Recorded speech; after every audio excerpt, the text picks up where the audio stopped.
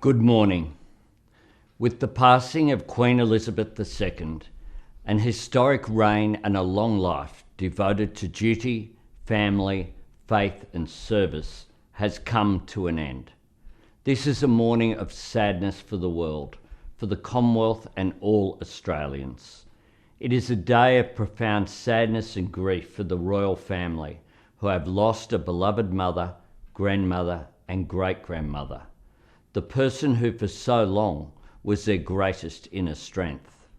Australian hearts go out to the people of the United Kingdom who mourn today, knowing they will feel they have lost part of what makes their nation whole. It is a time of mourning for the people in Britain, across the Commonwealth, and indeed around the world. There is comfort to be found in Her Majesty's own words. Grief is the price we pay for love. This is a loss we feel deeply in Australia.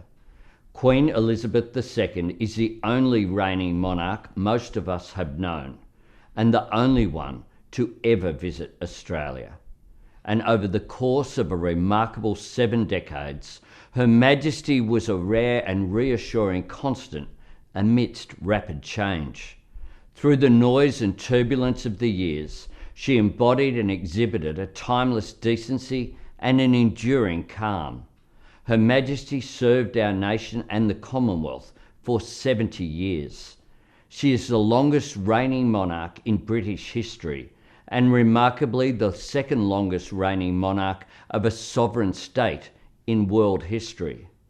Her life of faithful service will be remembered for centuries to come. From the moment the young princess became queen, Her Majesty's dedication to duty and service over self were the hallmarks of her reign. Performing her duty with fidelity, integrity and respect for everyone she met. We saw those qualities each time she visited our shores, and she graced us on 16 occasions during her reign, travelling to every state and territory across our vast continent. Her first visit with Philip began on the 3rd of February 1954, just 8 months after her coronation. It was the biggest single event ever organised in Australia, and it remains a defining moment in our nation's history. Some 7 million Australians, or 70% of our population at the time, turned out to catch a glimpse of the young Queen passing by. Queen Elizabeth II was a wise and enduring presence in our national life.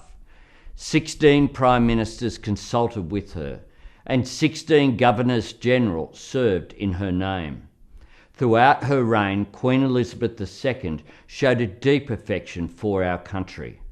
As she said at the Sydney Opera House in the year 2000, "Since I first stepped ashore here, I have felt part of this rugged, honest, creative land.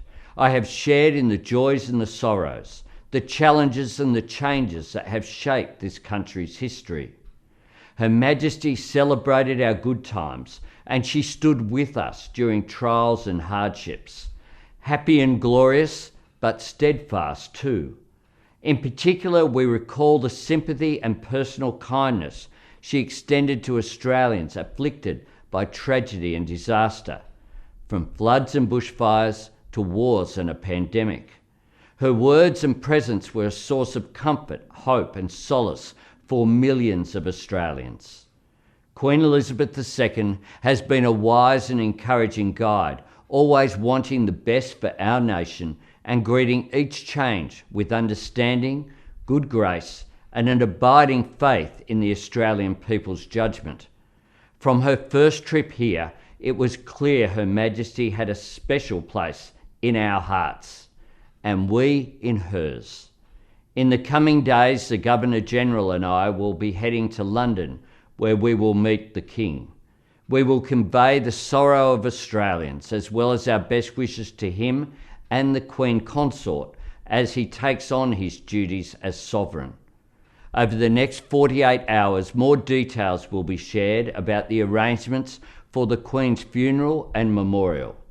Today marks the end of an era, the close of the Second Elizabethan age. This time of mourning will pass, but the deep respect and warm regard in which Australians have always held for Her Majesty will never fade. May she rest in eternal peace.